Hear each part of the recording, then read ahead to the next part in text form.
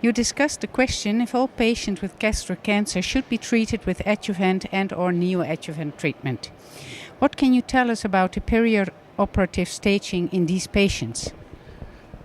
Well, before surgery, patients who have gastric cancer should be staged.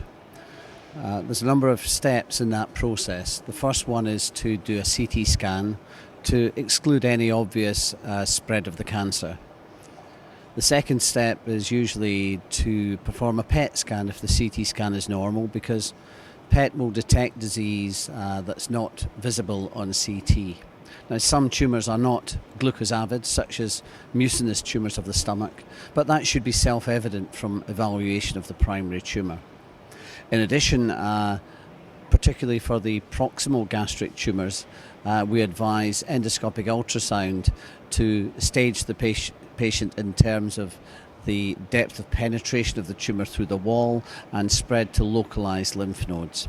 And finally, if all of these tests are negative, we normally recommend laparoscopy, which is the best way to detect occult small volume peritoneal disease. You mentioned 3 types of treatment approaches: the perioperative chemotherapy, adjuvant chemotherapy, and adjuvant chemoradiation.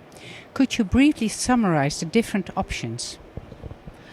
Yes, so at the moment there are 3 approaches to the management of patients with operable gastric cancer where it's deemed that treatment in addition to surgery is required. And this would be most patients in the West. In Asia and Japan, where they have more very early gastric cancer, the true T1 tumours, then surgery alone may be sufficient. So once we've evaluated those patients, we've decided that there is a need for multimodality therapy.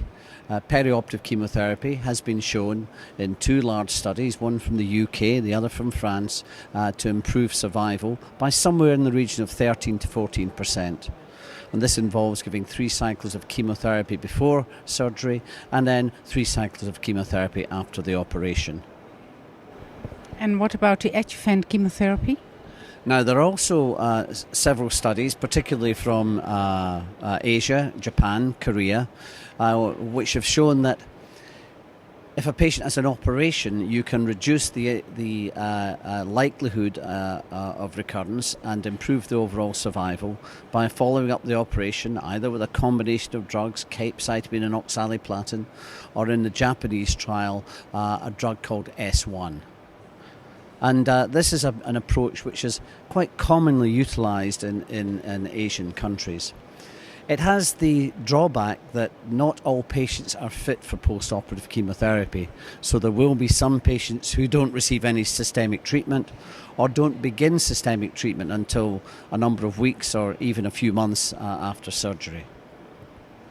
And are there subgroups of patients who gain particular benefit of these treatment options? I think with respect to preoperative chemotherapy, the biggest gain is seen in those patients where the tumour is downstaged. Indeed, we've just conducted an analysis of over 600 patients where we've specifically looked at the impact of downstaging on outcome. Fortunately, the patients who are downstaged do seem to benefit and have a survival that's equivalent to the stage that they become after chemotherapy. By the same token, unfortunately, those who are not downstaged don't seem to derive much benefit from systemic chemotherapy. Now, there's also another approach. We've discussed perioperative chemotherapy, which is typically used in Europe, post-operative chemotherapy, typically used in Asia and Japan, but also post-operative chemoradiation. This has been largely utilised in North America because there was a very positive North American trial more than a decade ago published which showed that following the surgery with chemoradiation improved outcome. Now, that was an important study. There have been some criticisms of the trial, mainly based around the extent of the radical nature of the surgery. And some people believe that if patients receive optimal surgery, the benefits of post-operative chemoradiation, i.e. radiotherapy combined with chemotherapy, may be somewhat reduced. And what factors should be considered when selecting a treatment option? Well, I think that you have to look at where you live, because in order to give preoperative chemotherapy, you need to see the patients before the operation. And certainly within Europe, there's a lot of multidisciplinary approaches now, and patients are often discussed, and you can therefore prioritise a pre-operative chemotherapy strategy. Of course, in Asia, many of those patients will go straight to an operation and then have chemotherapy. In North America, probably there's a mixture of both of these approaches being utilised. Pleasure.